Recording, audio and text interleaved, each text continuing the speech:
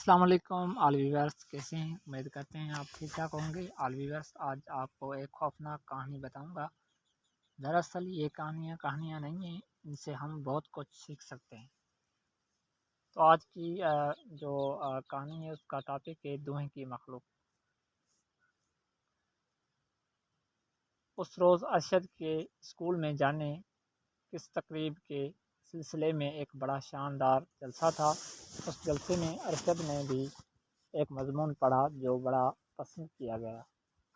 جلسہ جب ختم ہوا تو شام ہو چکی تھی اور آسمان پر گہرے بادل چھا چکے تھے۔ رہ رہ کر بجلی گونج رہی تھی، بارش کے آثار نظر آ رہے تھے۔ ارشد اسکول سے باہر نکلا تو ہلکا ہلکا اندھیرا چھا چکا تھا۔ اس نے سوچا مجھے جلد از جلد گھر پہنچنا چاہیے، ورنہ ممکن ہے بارش راستے ہی میں آ لے۔ اس کے گھر کو دور راستے جاتے تھے، قریب کا راستہ کچا تھا اور اس پہ جا بجا جھاڑ جھنکاڑ اگا ہوا تھا۔ ارشد عام طور پر اس راستے سے نہیں آتا جاتا تھا، لیکن اس روز اس نے جلدی گھر پہنچ جانے کے خیال سے اسی راستے سے جانے کا ارادہ کیا۔ گو اس کے دل میں راستے کی سنسنانی اور ویرانی کا خوف بھی تھا، لیکن چونکہ وہ ایک بہادر، دلیر، ہوشیار اور نڈر لڑکا تھا، اس لیے وہ خوف کو دل سے نکال کر اسی راستے پر چل پڑا۔ بادل اب اور بھی گھنے ہو گئے تھے اور ہوا بڑے زور سے چل رہی تھی۔ بجلی کی چمک اور بادلوں کی گرج کسی بڑے طوفان کی خبر دے رہی تھی، لیکن ارشد تیزی سے قدم بڑھاتا چلا جا رہا تھا۔ اس کے ذہن میں اس وقت طوفان کا کوئی خیال نہ تھا، وہ تو اس وقت آج کے اخبار کی اس خبر کے بارے میں سوچ رہا تھا جس میں بتایا گیا تھا کہ کل لاہور میں ایک گول سے گہرے سرخ رنگ کی چمکدار اڑن تشتری دیکھی گئی۔ اخبار میں اس اڑن تشتری کے بارے میں طرح طرح کی قیاس آریاں کی گئی تھی۔ ارشد سوچ رہا تھا کہ وہ اڑن تشتری والی خبر اگر درست ہے تو اس کا مطلب ہے کہ کسی غیر سیارے کی مخلوق اس میں ہوگی، لیکن وہ مخلوق یہاں کیوں اور کس مقصد کے لیے آئی ہے؟ پھر اس نے سوچا جانے نہ جانے یہ اڑن تشتری کس طرح ہوتی ہے، کتنی تیزی سے یہ اڑتی ہے اور اڑتے وقت جانے کیسی لگتی ہے۔ اس کی دل میں شدید خواہش پیدا ہوئی، کاش کبھی وہ بھی کوئی اڑن تشتری دیکھ سکتا۔ اسے بڑی حسرت تھی۔ انہیں خیالات میں ڈوبا ہوا وہ تیزی کے ساتھ چلا جا رہا تھا، اپنے ارد گرد کے ماحول اور طوفان سے بالکل بے پرواہ اور بے خبر تھا۔ ارشد تقریباً نصف راستے طے کر چکا تھا۔ جس جگہ اب وہ پہنچا تھا وہاں ارد گرد بڑی بڑی جھاڑیاں اور سرکنڈے تھے۔ سامنے ہی ایک کھلا سا میدان تھا جس میں سبز گھاس اگی ہوئی تھی۔ یکایک راستے ارشد کو ایک تیز سیٹی جیسی آواز سنائی دی اور اس کے ساتھ ہی وہ ہلکے سے نیلے رنگ کی تیز روشنی میں نہا گیا۔ ارشد ٹھٹک کر رک گیا۔ اس وقت وہ گھاس کے میدان میں تھا، یوں لگتا تھا جیسے روشنی اس کے ٹھیک اوپر سے کچھ فاصلے سے آ رہی ہے۔ ایک لہجے میں ارشد کے دل میں 100 طرح کے خدشات اور خوف پیدا ہو گئے، مگر جلد ہی اس نے خود پر قابو پا لیا اور غور سے ادھر ادھر دیکھنے لگا۔ روشنی ایک بہت بڑے گول دائرے کی صورت میں پڑ رہی تھی اور اس دائرے کے عین درمیان وہ خود کھڑا تھا۔ یکایک ایک عجیب سی آواز نے اس کا نام لے کر پکارا، ارشد! ایک اجنبی سی آواز سے اپنا نام سن کر ارشد کے جسم میں پھر خوف کی ایک لہر سی دوڑ گئی۔ اس ویرانے میں بھلا اس کا نام لے کر پکارنے والا کون ہو سکتا ہے؟ وہ سوچ رہا تھا۔ پھر اس نے ہمت کر کے بلند آواز میں پوچھا، کون ہو تم؟ سامنے آؤ، مجھ سے کیا کام ہے تمہیں؟ ڈرو نہیں ارشد، اس اجنبی آواز نے جواب دیا، میں تمہارا دشمن نہیں، دوست ہوں۔ مجھے اگر دیکھنا چاہتے ہو تو پیچھے مڑ کر دیکھو۔ ارشد نے ایک جھٹکے کے ساتھ گھوم کر دیکھا۔ تیز نیلی روشنی میں نیلے رنگ کے دھوئیں کا ایک مرغولا سا اس کے پیچھے کھڑا تھا وہ قطعاً کوئی انسانی شکل نہیں تھی، بس یوں لگتا تھا جیسے زمین سے نیلے رنگ کا دھواں اٹھ رہا ہو جو ایک خاص اونچائی تک پہنچ کر جم گیا ہو۔ ارشد چند لمحے بت سا بنا اس دھوئیں کے مرغولے کو دیکھتا رہا، پھر بولا، تم کون ہو اور مجھ سے کیا چاہتے ہو؟ پیارے دوست ارشد، میں تمہارے دونوں سوالوں کے جواب دینے کی کوشش کرتا ہوں۔ سنو، تمہارا نظام شمسی جس کہکشاں میں واقع ہے نا، اس کہکشاں سے بھی ہزاروں نوری سال کے فاصلے پر ایک اور کہکشاں ہے۔ اس کہکشاں کے اندر بھی ایک نظام شمسی ہے، اور اس نظام شمسی میں تمہارے سیارے جیسا ہی ایک سیارہ ہے جس کا نام زاجی ہے۔ میں اسی سیارے سے ایک اڑن تشتری میں آیا ہوں۔ ہمارے سیارے کے لوگ تمہارے سیارے کے لوگوں سے میل ملاقات کے بڑے خواہش مند ہیں۔ ہم اکثر اپنی آبزرویٹریوں کے ذریعے تمہارے سیارے کے بارے میں معلومات جمع کرتے رہتے ہیں۔ ہمارے لیے اتنی دور ہونے کے باوجود معمولی بات ہے، کیونکہ ہم لوگ سائنسی ترقی میں تم لوگوں سے بہت آگے ہیں، لیکن اتنی بے پناہ ترقی کر لینے کے باوجود ہمارے ہاں کے باشندے اتنے رحم دل، نیک اور اچھے ہیں کہ تعریف نہیں کی جا سکتی، اور ہم وہاں بڑے امن و امان اور صلح کے ساتھ رہتے ہیں، کیونکہ ہمیں تم لوگوں سے بڑی دلچسپی ہے۔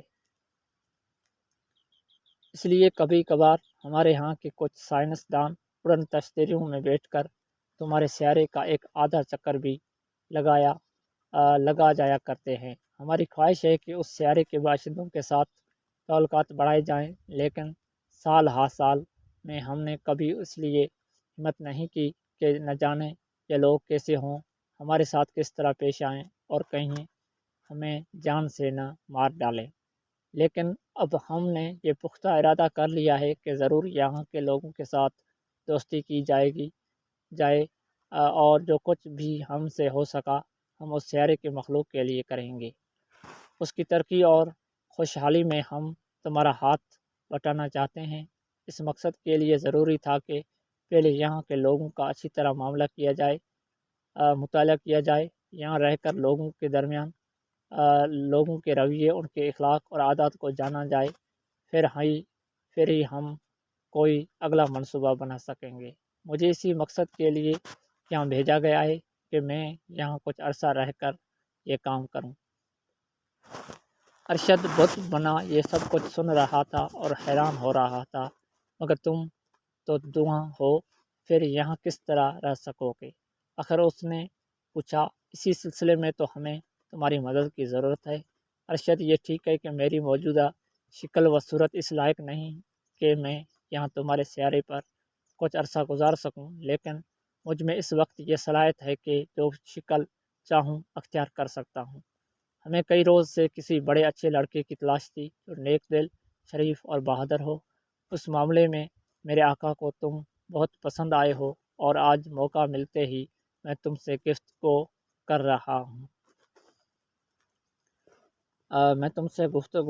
رہا ہوں تاکہ میں جلد از جلد انسانی شکل میں منتقل ہو سکوں۔ مگر تمہارا آقا کون ہے اور کہاں ہے؟ وہ اس وقت ہزاروں میل دور ایک اڑن تشتری میں بیٹھا یہ ساری گفتگو سن اور ہمارے دیکھ رہا تھا۔ یہ نیلی روشنی اسی اڑن تشتری سے آ رہی تھی۔ اس روشنی میں یہ خصوصیت ہے کہ اس کے ذریعے نہ صرف ہماری ساری گفتگو اور اوپر سنی جا رہی ہے، بلکہ ہمیں دیکھا بھی جا رہا ہے۔ بہت خوب۔ ارشد کے منہ سے بے اختیار نکل گیا۔ اب اس کا خوف بالکل دور ہو چکا تھا، اور وہ اس دھوئیں جیسی مخلوق کی باتوں میں دلچسپی لینے لگا تھا۔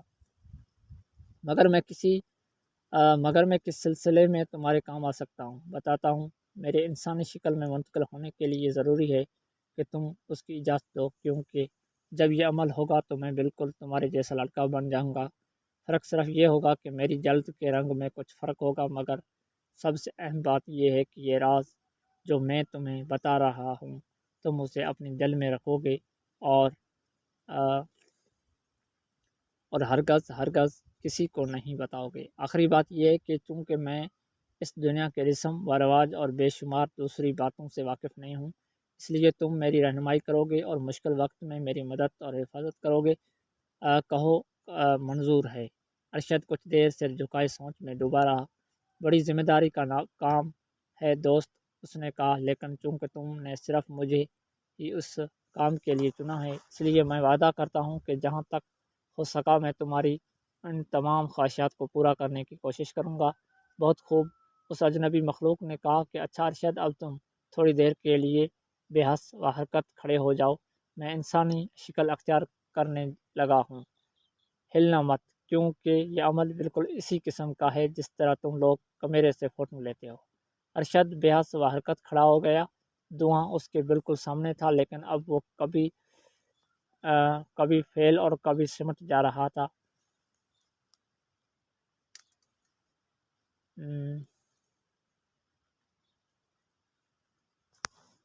کبھی سمٹ رہا تھا۔ دھوئیں کی لہریں اور تاریں اب بڑی تیزی سے حرکت کر رہی تھی۔ ہوتے ہوتے انہوں نے ایک انسانی شکل اختیار کرنے شروع کی۔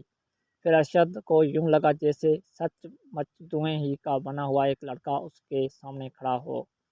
کچھ اور وقت گزر گیا۔ اب وہ دھواں منجمد ہونا شروع ہوا اور ہوتے ہوتے وہ سچ مچ کے انسانی قالب میں ڈل گیا۔ ارشد نے حیرت زدہ ہو کر دیکھا، اب خوبصورت لڑکا اس کے سامنے کھڑا تھا۔ ارشد کا رنگ گندمی تھا اور اس کا رنگ بالکل گورا چٹا اور سرخ سفید۔ ہیلو ارشد، وہ لڑکا ہاتھ پھیلا کر آگے بڑھا، آج سے ہم دونوں دوست ہیں اور بھائی بھی، تم مجھے خالد کے نام سے پکار سکتے ہو۔ ارشد بھی خوش ہو کر آگے بڑھا اور دونوں بغل گیر ہو گئے۔ چند لمحے کے بعد یکایک ارشد کو یوں محسوس ہوا جیسے آسمان کی طرف سے ایک اور آواز آ رہی ہے، سن ارشد، میرے آقا تمہیں کچھ کہہ رہے ہیں۔ ارشد میاں، تمہارا بے حد شکریہ جو تم نے ہمارے ساتھ تعاون کیا۔ میں جا رہا ہوں اور جاتے ہوئے تم سے صرف ایک ہی بات کہنا چاہتا ہوں کہ خالد کی ہر طرح سے حفاظت کرنا اور اس راز کو راز ہی رکھنا۔ آپ اطمینان رکھیں، میں نے جو وعدہ آپ سے کیا ہے اسے پورا کروں گا۔ شکریہ، اب تم دونوں بھی جاؤ۔ وہ آواز آئی اور اس کے ساتھ ہی نیلی روشنی غائب ہو گئی۔ تیز سیٹی کی آواز لمحہ بہ لمحہ دور ہوتی چلی جا رہی تھی۔ آؤ بھائی خالد، اب گھر چلیں، کہیں بارش نہ ہونے لگے۔ ہاں ہاں ہاں چلو، بارش سے پہلے ہمیں گھر پہنچ جانا چاہیے، کیونکہ میری جلد اتنی حساس ہے کہ اگر میں بھیگ گیا تو جسم پر ایک عجیب قسم کی چھالے سے نکل آئیں گے اور پھر بڑی مشکل پیش آئے گی۔ پھر تو ہمیں جلد از جلد گھر پہنچ جانا چاہیے۔ اور ارشد نے کہا۔ دونوں چل پڑے۔ گو اندھیرا پھیل چکا تھا، لیکن بجلی کی روشنی میں وہ تیزی سے چلتے رہے۔ ارے ارے بچنا خالد، آگے درخت ہے، ارشد چلایا، لیکن خالد اس کے کہتے کہتے بھی سامنے ایک شیشم کی درخت سے جا ٹکرایا جو عین راستے کو موڑ پر تھا۔ ارشد نے جلدی سے آگے بڑھ کر اسے اوپر اٹھایا۔ چوٹ تو نہیں آئی؟ ارشد نے پوچھا۔ نہیں، بچ گیا، خالد نے جواب دیا، حالانکہ مجھے سب سے زیادہ چوٹوں ہی سے بچنا چاہیے، کیونکہ مجھے اگر کوئی زخم آ گیا اور خون بہنے لگا تو میرا خون نہیں تھمے گا بلکہ جسم میں آخری قطرہ بھی جائے گا۔ اوہو، پھر تو تمہیں خاص احتیاط برتنا پڑے گی، لیکن یہ تم درخت سے ٹکرائے کس طرح؟ مجھے نظر ہی نہیں آیا، خالد نے جواب دیا۔ میرا خیال ہے تمہاری نظر خاصی کمزور ہے، کل چل کر تمہیں اینک لگوائیں گے، اس کے بعد تمہیں ٹھیک دکھائی دینے لگے گا۔ اسی طرح باتیں کرتے جب دونوں گھر پہنچے تو ہلکی ہلکی بوند باندی شروع ہو چکی تھی۔ دونوں نے خدا کا شکر ادا کیا، وہ باقاعدہ بارش ہونے سے پہلے ہی گھر پہنچ گئے۔ DLR ویورز، آپ کو کہانی بہت اچھی لگی ہوگی اور امید کرتے ہیں کہ اس کہانی سے آپ بہت کچھ سیکھیں گے۔